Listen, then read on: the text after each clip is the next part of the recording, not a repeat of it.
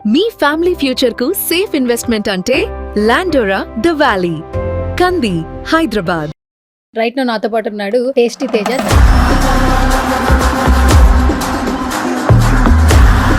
నాకు సువర్ణ అనే పేరు చిన్నప్పటి నుండి వస్తుంది తెలుసా. ఎందుకు నువ్వు యాడికి వెళ్తే ఆడికి వస్తా సువర్ణ. కానీ నువ్వు ఎప్పుడు రావట్లేదు తేజ, నేనే వస్తున్నా ప్రతి చోట. ఏమండి ఆడికి సినిమా హాల్కి వెళ్తే కనపడతారండి అంతే బాబు. వాళ్ళు లేనిపోయింది. ఒక రీల్ చేసావు, అది కూడా వంటతోనే కనపడుతున్నావు. సుమతి శతకం అంటూ కొత్తగా వస్తున్నావు. ఎట్లా ఉండబోతుంది క్యారెక్టరైజేషన్? ఆల్మోస్ట్ ఆల్ సినిమా 2 గంటల 20 నిమిషాలు ఉంటే స్క్రీన్ మీద నువ్వు వద్దలా 1:30 నుంచి 1:50 నిమిషాల దాకా కనపడతాను నేను. సూపర్. అసలు ఏ సినిమా అయినా గెస్ మనం చూస్తుంటాం, చాలా సినిమాలు చూస్తుంటాం. ఇది ఇలా ఇద్దాం చెబుతూ ఉంటాం కదా. కొంతమంది అంటారు క్లైమాక్స్ గెస్ చేయలేరు చాలా మంది అని. నేను చెబుతున్నా ఇంటర్వెల్ గెస్ చేయలేరు. నీకు ఓపెన్ ఆఫర్. నువ్వని కాదు, మీ సబ్స్క్రైబర్లు మీ ఫాలోవర్స్ ఎవరైనా కానీ సినిమా చూసి 1:10 నిమిషాలు ఇంటర్వ్యూలు అనుకో, 1:09 నిమిషం వాళ్ళ ఇంటర్వ్యూల్ బ్యాంక్ కనిపెట్టిన ఓపెన్ గా చెబుతున్నా టేస్టీ తేజ విత్ సుమతి శతకం టీము అందరం కలిసి ఒక లంచ్ డిన్నర్ వాళ్ళ విత్ టోటల్ ఫ్యామిలీతో చేద్దాం. వాళ్ళు ఎక్కడ రెస్టారెంట్ అడిగితే అక్కడికి నేను చూసుకుంటాను.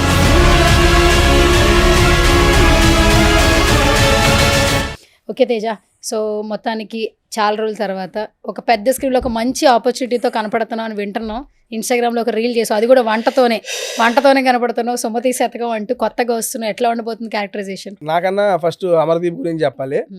మనవాడు చాలా కష్టపడి ఇక్కడ దాకా వచ్చాడు. అందరు కష్టపడి వచ్చారులే కానీ అమర్దీప్ వల్లే నాకు ఈ క్యారెక్టర్ కూడా వచ్చింది. యాక్చువల్గా అమర్దీప్ పక్కన అంజీ అనే ఒక క్యారెక్టర్ ఉంటుంది.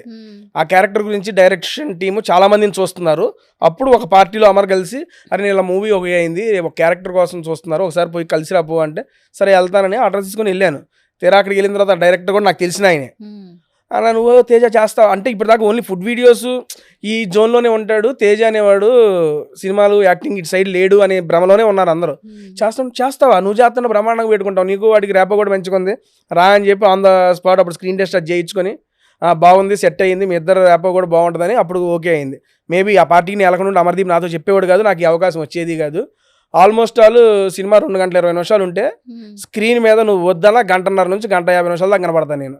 సూపర్. అసలు విజిల్ వేయచ్చు ఇప్పుడు నేను, ఎందుకంటే మొన్న ఒక సినిమాలు ఇట్లా వచ్చి అట్లా వెళ్ళిపోయావు. ఇట్లా వచ్చి నేను కళ్ళు తెరిచి కళ్ళు మూసేలాగా వెళ్ళిపోయావు నువ్వు. మా ఫ్రెండ్స్ కూడా చాలా మంది తేజ వచ్చిన ఫోన్ తీసారంట, ఫోన్ ఇట్లా పెట్టే వరకు వెళ్ళిపోయావు. అందుకని ఇందులో ఆల్మోస్ట్ 4 సాంగ్స్ ఉంటే నేను 3 సాంగ్స్ లో ఉంటా. సూపర్. కంటిన్యూషన్ త్రూ అవుట్ ఉంటుంది హీరోతో పాటు క్యారెక్టరైజేషన్. చాలా అంటే చాలా ఫస్ట్ హాఫ్ అంతా ఫన్, సెకండ్ హాఫ్ కొంచెం డిఫరెంట్ యాంగిల్లోకి మూవ్ అయ్యిద్ది సినిమా. చాలా అంటే చాలా బాగుంటుంది. నేను చెప్పడం ఏముందిలే, అందరూ చెప్పేది అదే చాలా బాగుంటుందని. బట్ ఓపెన్గా నీకు ఒకటి చెబుతున్నా సువర్ణ, ఏ సినిమా అయినా గెస్ మనం చూస్తుంటాం, చాలా సినిమాలు చూస్తుంటాం. ఇది ఇలా ఇద్దాం చెబుతూ ఉంటాం కదా. కొంతమంది అంటారు క్లైమాక్స్ గెస్ చేయలేరు చాలా మంది అని. నేను చెబుతున్నా ఇంటర్వ్యూలు గెస్ చేయలేరు. నీకు ఓపెన్ ఆఫర్. ప్రీమియర్స్ అయితే ప్రీమియర్స్, ప్రివ్యూ అయితే ప్రివ్యూ. నువ్వు ఎప్పుడు వస్తే అప్పుడు, నువ్వని కాదు, మీ సబ్స్క్రైబర్లు మీ ఫాలోవర్స్ ఎవరైనా కానీ సినిమా చూసి 1:10 నిమిషాలు ఇంటర్వ్యూలు అనుకో, 1:09 నిమిషం వాళ్ళ ఇంటర్వ్యూల్ బ్యాంక్ కనిపెట్టిన ఓపెన్గా చెబుతున్నా టేస్టీ తేజ విత్ సుమతి శతకం టీము అందరం కలిసి ఒక లంచ్ డిన్నర్ వాళ్ళ విత్ టోటల్ ఫ్యామిలీతో చేద్దాం. వాళ్ళు ఎక్కడ రెస్టారెంట్ అడిగితే అక్కడికి. ఇంత ఓపెన్ ఛాలెంజ్ చేస్తున్నావు, జాగ్రత్త మరి. రెడీ నేను రెడీ. నువ్వు కావాలంటే దీన్ని సపరేట్ కట్ చేసుకొని వేసుకొని కొలాబ్ పెట్టుకో. నీకు కూడా ఇస్తున్నా offer. Interval at least 1 or 2 minutes. అసలు ఇంటర్వెల్ బ్యాంక్ ఏంటంటే కనిపెట్టాలి. అప్పటిదాకా ఒక జోన్ లో మూవ్ అయింది స్టోరీ. ఇంటర్వెల్ ట్విస్ట్ కి మైండ్ బ్లాక్ అయింది ఎవరికైనా కానీ, ఏంట్రా ఇది అనే సెన్స్. అక్కడ నుంచి స్టోరీ నెక్స్ట్ లెవెల్ వరకు సినిమా. అంత నమ్మకంతో చదువుతున్నా. చాలా మంది క్లైమాక్స్ గెస్ట్ చేయలేరు మీ వల్ల కదా అంటారు కదా. నేను ఇంటర్వెల్లే గెస్ట్ చేయలేరు మీరని చెబుతున్నా. అంత బ్యాంగ్ ఉంటది. నువ్వైనా గెస్ట్ ఇదిగో తొండి చేయకూడదు, ఇంటర్వెల్ చూసి మెసేజ్ చేయకూడదు చెబుతున్నాను ముందు. న్యాయంగా ఇంటర్వెల్ ముందే. నీకు ఎప్పుడు చేయాలి? Interval before interval internet guest చేయాలి, బ్యాంక్ ఇంటర్నెట్ అంతే. మీరు గెస్ట్ చేసి మెసేజ్ చేసేయండి. దాని తర్వాత వీడియో చూసి కావాలని నాకు టెస్ట్ ఇన్స్టాల్ పెట్టండి direct. Open offer with Sumathi Satakam movie team. మీరు ఏ రెస్టారెంట్ అంటే ఆ రెస్టారెంట్ కి మీ హోల్ ఫ్యామిలీతో వెళ్దాం, బిల్లు నేను చూసుకుంటా. సూపర్. అయితే ఇది ఖచ్చితంగా మేము చెప్పలేములే, ఎందుకంటే నువ్వు ఇంత ఓపెన్ ఛాలెంజ్ చేసావు కాబట్టి ఆ ట్విస్ట్ మేము చెప్పలేం. కానీ అంటే నీకు సినిమా చాలా బాగా నచ్చింది, అయితే నువ్వు ఇంత బాగా చెప్తున్నావు అంటే. ఫస్ట్ హాఫ్ అనేది చూసాను నేను, నిజంగా చూసాను. ఫస్ట్ హాఫ్ చాలా అంటే చాలా బాగుంది. నేను ఎంజాయ్ చేశాను నేను చేసిన సీన్స్ కి. కాకపోతే నేను ఎంజాయ్ చేశాను, ఓకే జనాలు ఎంజాయ్ చేస్తారు లేదు తెలుసుకోవాలంటది కాబట్టి వెయిట్ చేస్తున్నా అంతే. అవునవునవును. సెకండ్ హాఫ్ ఇంకా నడుస్తుంది, ఐ మీన్ ఆర్ఆర్ అవన్నీ జరుగుతుంది. సెకండ్ హాఫ్ నేను చూడలేదు, వితౌట్ ఆర్ఆర్ చూశాను. వితౌట్ ఆర్ఆరే మొత్తం స్టోరీ బేస్డ్ వెళ్ళిపోయిందండి, బాగా రాసుకున్నారు. మన వాడికి మంచి సబ్జెక్ట్ పడింది. ఇది నా కోసం వాళ్ళ కోసం వీళ్ళ కోసం కాదు, అమర్ కోసం ఈ మూవీ ఆడాలి అంతే.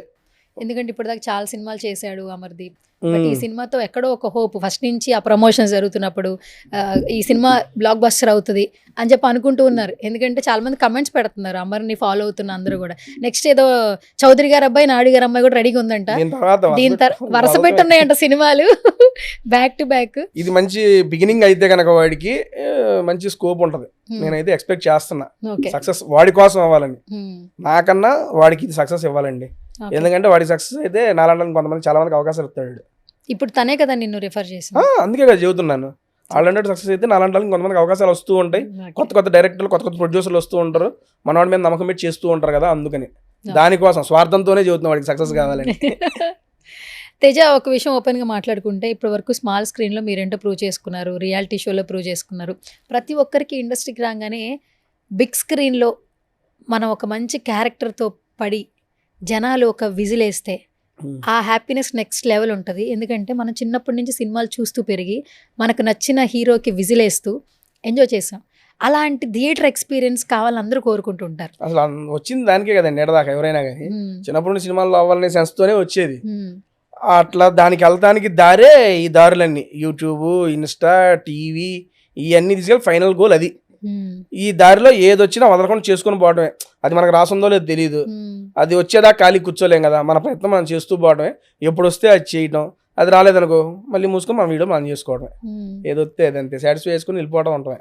చిన్నప్పటి నుంచి నీకు ఇది ఉంది అయితే మొత్తానికి సినిమాల్లో చేయాలి. చైల్డ్ ఆర్టిస్ట్ ట్రై చేస్తున్నా నేను, వైల్డ్ ఆర్టిస్ట్ అయినా అవకాశం రాలేదు. ఎప్పటి నుంచి ట్రై చేస్తున్నావు?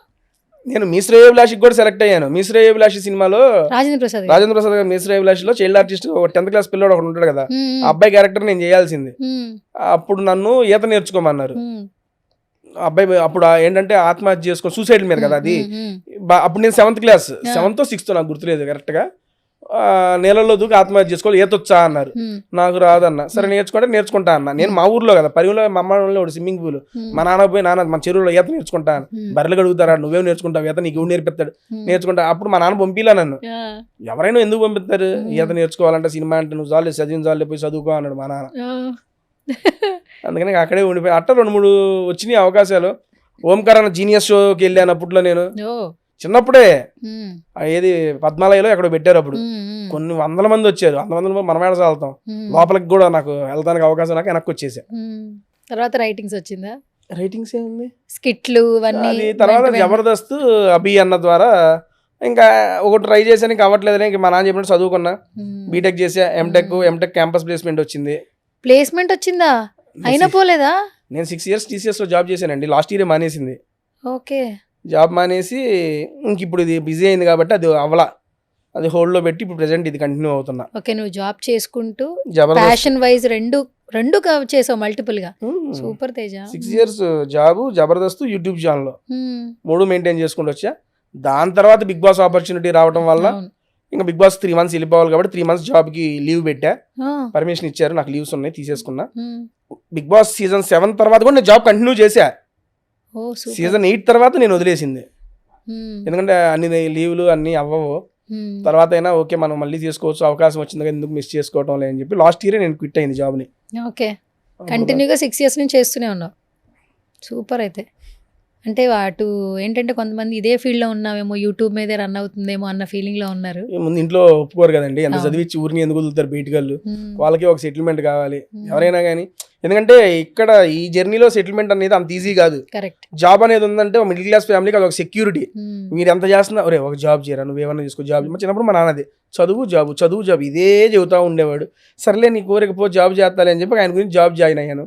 మరి నాకు ఇష్టం ఈ ఫీల్డ్, ఏం చేయాలో అర్థం కాల. అభియాన నాకు చాలా అంటే చాలా సపోర్ట్ చేశాడు ఆయన. నేను ఎప్పుడైతే ఎంటెక్ అయిపోయి నాకు TCSలో Jan 19th మొన్నటికి Jan 19th జాయినింగ్ డేట్ నాది. ఒక 6 months టైం ఉంది. ఈ లోపల ఎలాగైనా నేను హైదరాబాద్ వచ్చి ఏదో ఒకటి చేయాలని చెప్పి మా నాన్నకి జావా కోర్సులు నేర్చుకుంటున్నా. నేను మెకానికల్ బేసిక్గా, సాఫ్ట్వేర్ జాబ్ చేయాలంటే ఏంటి మనకి కోర్సులు రావాలన్నా నాకేమో హైదరాబాద్ పోయి నేర్చుకుంటా అని చెప్పి వచ్చి అప్పుడు జబర్దస్త్లో ట్రై చేశా. తర్వాత చెప్పాను ఇట్లా జబర్దస్త్ ట్రై చేసి వెళ్ళాను, కోర్సులు నేర్చుకోలేదులే అని. అప్పుడు అభి అన్న ఛాన్స్ ఇవ్వటం, ఇక అక్కడ నుండి జర్నీ స్టార్ట్ అయ్యింది. Okay, super.